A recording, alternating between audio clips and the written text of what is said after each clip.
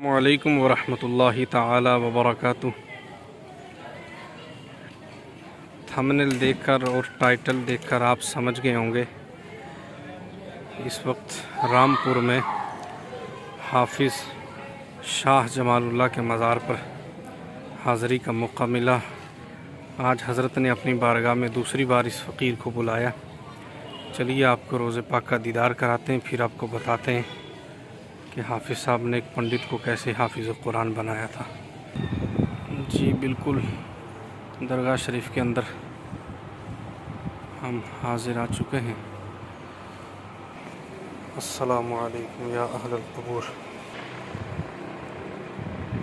बिल्कुल हज़रत के रोज़े पाक के पास पहुँचे हैं अभी। आप लोग भी दीदार करें और दुआ भी करें।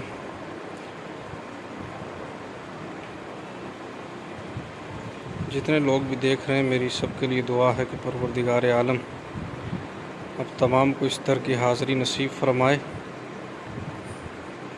और इस वली कामिल के सदक़े हम सब का आने वाला मुस्तक़बिल बेहतर फरमाए, हमारी दुनिया आखिरत बेहतर फरमाए। ये मज़ार शरीफ का जो आप अंदरूनी मनाज़र देख रहे हैं,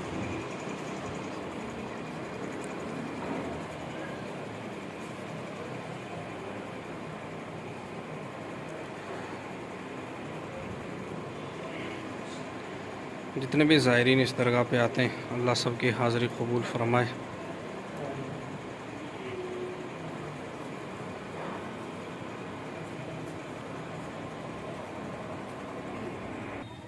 ये बाहर निकल आया हूँ मैं दुआ करके हाफिज़ शाह जमालुल्लाह के मज़ार पे। आप लोग बेताब होंगे सुनने के लिए।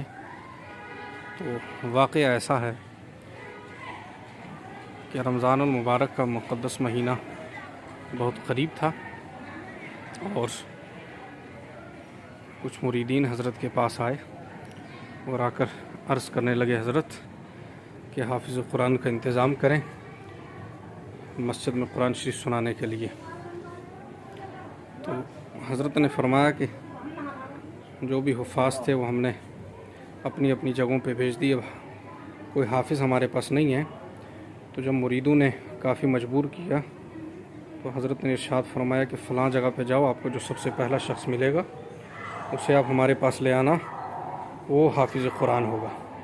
अब जब मुरीदीन पहुँचे तो देखा कि सबसे पहले वहाँ से एक पंडित आ रहा था, अभी अभी मंदिर से पूजा करके। तो मुरीदों ने उन्हें पकड़कर हज़रत की बारगाह में पेश किया और हज़रत के करीब जब आया तो पंडित ने ज़ोर ज़ोर से अपनी पूजा पाठ के ग्रंथ शुरू कर दिए कि समझ जाएं कि मैं पंडित हूँ। लेकिन हज़रत ने करीब किया और करीब करने के बाद कहा कि तू कल से इनकी मस्जिद में कुरान सुनाएगा। तो कहने लगा, हज़रत मैं तो पंडित हूँ, मेरा काम है मंदिर में पूजा करना, मैं कुरान नहीं जानता तो मैं कैसे कुरान सुनाऊँगा। हज़रत ने गुस्ल करवाया, नेक कपड़े पहनवाए। पाक करवाने के बाद हज़रत ने उसको अपने सीने से लगाया। तो किताबों में लिखा है कि जब हज़रत ने अपने सीने के साथ लगाया तो 10 पारों का हाफिज़ कुरान।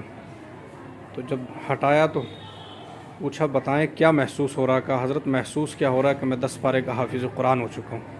हज़रत ने फिर से एक बार अपने सीने से लगाया और फिर हटाया। कहा, अब बताएं क्या महसूस हो रहा है। कहा, हज़रत अब मुझे लग रहा है मैं 20 पारों का हाफिज़ हो चुका हूँ। हज़रत ने तीसरी मरतबा फिर अपने सीने से लगाया और ज़बान चुसवाने वाली रिवायत भी है। तो हज़रत ने जब तीसरी मरतबा पूछा कि कैसा महसूस हो रहा है, तो पंडित कहने लगा, हज़रत अल्हम्दुलिल्लाह अल्लाह के फ़ज़ल व करम से मैं 30 पारों का हाफिज़ कुरान हो चुका हूँ। तो हज़रत ने इरशाद फरमाया कि थोड़ी देर और ना बोलते तो आपका सीना फट जाता, क्योंकि आपके अंदर इतनी ताकत नहीं है जो जमालुल्लाह में अल्लाह रब्बुल इज़्ज़त ने कमाल अता किया है। तो ये शान है अल्लाह वालों की, ये शान है खिदमतगारों की। अभी कुछ दिन पहले आपको मैंने शाह विलायत शाह अमरोहा में मज़ार शरीफ जो बिच्छू आप देख रहे थे स्क्रीन पे, उनका दीदार कराया था। तो ये अल्लाह वालों की शान है। रब से दुआ है कि परवरदिगार आलम हमारी हाज़री को कबूल फ़रमाए। जितने लोग यहाँ पर आते हैं अल्लाह सब की जायज़ मुरादें पूरी फरमाए।